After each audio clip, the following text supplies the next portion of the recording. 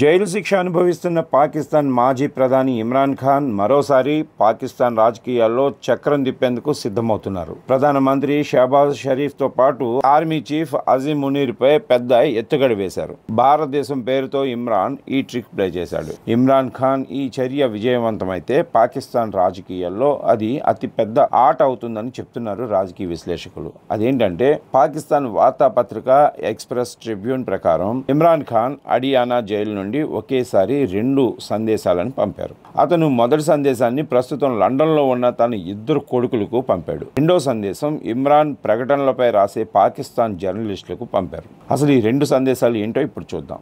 మొదటిది, పాకిస్తాన్ ప్రభుత్వం కాల్పుల విరమణతో సంబరాలు జరుపుకుంటుందని, కానీ ఉద్రిక్తతలో మానసిక యుద్ధం చేయటంలో ప్రభుత్వం విఫలమైందని ఇమ్రాన్ ఖాన్ ఆరోపించారు. యుద్ధ పరిస్థితుల్లో 60% యుద్ధం మానసికంగా జరుగుతుందని ఇమ్రాన్ ఖాన్ గుర్తు చేశారు. ఇందులో భారతదేశం ముందంజలో ఉందని మాజీ ప్రధాని అన్నారు. భారతదేశం మళ్లీ దాడికి సిద్ధమవుతుంది. ఈ విషయం తెలిసినా పాకిస్తాన్ పాలకులు సంబరాలు చేసుకుంటున్నారు.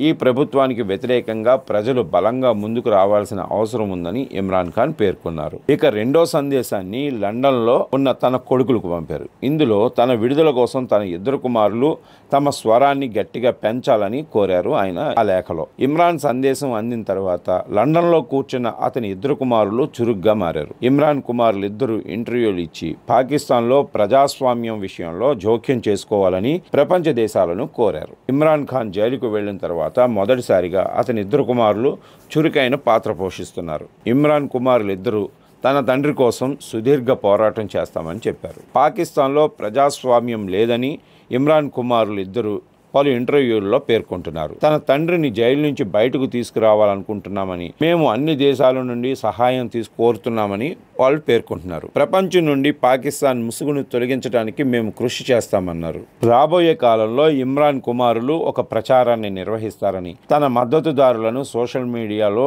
కనెక్ట్ చేస్తారని, తద్వారా ప్రభుత్వానికి వ్యతిరేకంగా తిరుగుబాటు తలెత్తుతుందని విశ్లేషకులు చెప్తున్నారు. జైలులో ఉన్నప్పటికీ ఇమ్రాన్ మద్దతుదారుల సంఖ్యలో ఏమాత్రం తగ్గుదల లేదు. ఖైబర్, సింధ్, గిల్గిట్ వంటి ప్రాంతాల్లో ఇమ్రాన్ పార్టీ చాలా ప్రభావవంతంగా పనిచేస్తుంది. పాకిస్తాన్పై భారత దాడి తర్వాత వారు వీధుల్లోకి వచ్చి నిరసన ర్యాలీలు సైతం నిర్వహించారు.